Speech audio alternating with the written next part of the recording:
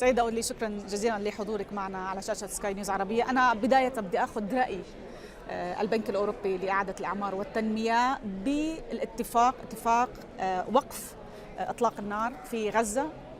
أول شيء رأيك بالاتفاق، وبعد ذلك كيف ممكن أن يؤثر على عملياتكم، خصوصا أنتم موجودين في الضفة الغربية بشكل كبير؟ So first of all, I think it's excellent news after a very terrible and devastating war with a lot of human losses, which is really a tragedy. So I think it's a very, as I was saying, positive news, and I hope that the different phase of the agreement will be implemented in a stabilized, in a steady manner. For us, as you know, EBRD has been investing in the West Bank in the last few years, and we have stepped up our investment last year in order to help with the private sector to continue to develop businesses, create jobs. We invested in a bank, in Bank of Palestine, but we also provided some credit lines, supported pharmaceutical business and so forth. And we will continue to do that because we believe that stabilizing the economy in the West Bank and hopefully Gaza will be very important. As far as Gaza is concerned, the first need will be very much basic reconstruction, so it's more humanitarian assistance that is needed for the time being. But when economic reconstruction will start, I think that we may be called upon by our shareholders to start investing there to support the development of the economy. But I think there is still some time to go before this happens, because the first needs are really emergency humanitarian support. Absolutely. خليني انتقل إلى الجارة لبنان. هناك أيضا تطورات كثيرة، رئيس للبلاد وأيضا رئيس للحكومة، بانتظار أن يكون هناك بالتأكيد تشكيل للحكومة. كيف تنظرين إلى هذه المتغيرات، وقد إيه أيضا البورتفوليو للبنك اليوم ممكن يتغير يعني في لبنان؟ So indeed, this is also very good news, and I think that for the last few years, the lack of government was created a very challenging situation for Lebanon. So it's very good to have a strong president coming in, new prime minister appointed, the perspective of having a government. The country needs some very important structural reforms, so that will be, we hope that things will really change and that it will give us the opportunity to step up our investment in Lebanon. We've kept active in the country. We continue to do some trade finance, so to buy some products from abroad. We also supported SMEs, Star Venture program. It's amazing to see the resilience of the economy and the resilience of the people. We still had some, startup companies we invest in that are developing and so forth, but we really hope that with the new government coming in and a new reform agenda, we will be able to step up and invest more in Lebanon again. جميل. أنتم متفائلون بموضوع لبنان. إلى الجارة سوريا الآن، أيضا إدارة انتقالية، تغيير طبعا كامل وسقوط نظام الأسد. سوريا كانت مغلقة نوعا ما، واليوم السؤال لكم كشريك دولي مهم على المستوى المالي والاستثماري وإعادة الأعمار، كيف تنظرون إلى التغييرات في سوريا؟ وقد ايه ممكن نشوفكم بالفعل involved، يعني شو هي الضمانات المطلوبة اليوم من الإدارة الانتقالية حتى نرى شركاء مثلكم فيها؟ So first of all, Syria for the time being is not a member of the bank, so they are not a shareholder, so we cannot operate in Syria, but in principle they are part of the geography in which we can operate. So if they wish, at some point this could be possible. Of course, the nature of the transition will be very important. It's good. What happened is also a positive step, I think, but there are still a lot of uncertainty around the process. What will be the nature of the government, the inclusiveness of the new political framework, and so forth. So that will be very important before any decision can be made. So we are monitoring the situation very closely.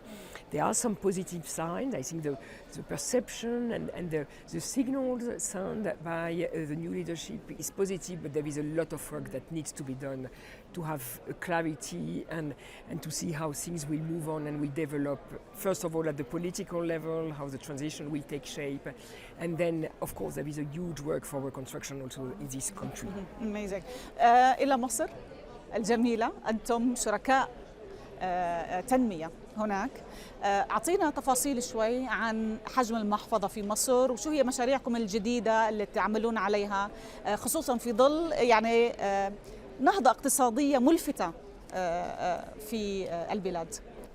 So we have invested in Egypt around 13 billion of euros since we started. So it's a very important country of operation for us. I think this year is the third country of operation in terms of volume of investment, with around 2 billion of investment. And for us, it's a very important country we do a lot of projects in the energy sector, because Egypt has a huge potential in terms of renewable energy. We've worked a lot with the government and on the Minister of Planning and International Aid about this NUEFE platform, so Nexus for Energy, Water and Food Security, which has been a very good framework to develop an investment platform and portfolio for us to invest, but also bring private investors and so forth. So we've done a lot of renewable, and we continue to work a lot in renewable, but also in water issues, water desalination, water management, in logistics and infrastructure. We have big projects in infrastructure with metro in Alexandria, for example, but also development with private sector investors of dry port logistics hubs, which are very important to develop and ensure economic growth in Egypt. So what we hope to see in the country is this development of the private sector. It remains one of our top priority. So giving more opportunity to small businesses, private investors to strive and develop their business, grow, create jobs. It's a country with a very dynamic demography which needs jobs for young people. We are also supporting this private sector through working with the banking system, providing some credit lines dedicated for women entrepreneurs or young entrepreneurs in order to support them developing their business and so forth. So very strong country for us and country where we invest a lot. وهو الجميل انه كل المشاريع اللي ذكرتيها هي مرتبطه مباشره باهداف التنميه المستدامه اللي عملتها الامم المتحده، وهذا شيء جميل جدا، يعني كلها مشاريع مستدامه. طب خليني انتقل بشكل سريع جدا البورتفوليو كاملا في المنطقه العربية للبنك، اذا بتقدري تعطينا الارقام. So overall, we have a portfolio of around 20 billion. We have invested overall 20 billion roughly in Arab countries. As I was saying, 13 in Egypt, 5 in Morocco, 2 billion in, I'm talking rough figures, 2 billion in Tunisia. So it's quite, and then we have Jordan, which is also an important country of operation for us. And what we see is that we have this new potential for energy development and energy generation and export for the region, which is, I think, one of the key drivers for the economic development in the coming years. And it's true in Egypt, but also in Morocco, in Tunisia, and so forth. And development, as I was saying, development of the private sector is also key for us in all these countries. They all need to create jobs for young people, so that will remain a key driver for us in what we do, but also dealing with water, which is becoming, water desalination, water management, irrigation, and so forth, because with the evolution of climate, it's becoming a challenge everywhere.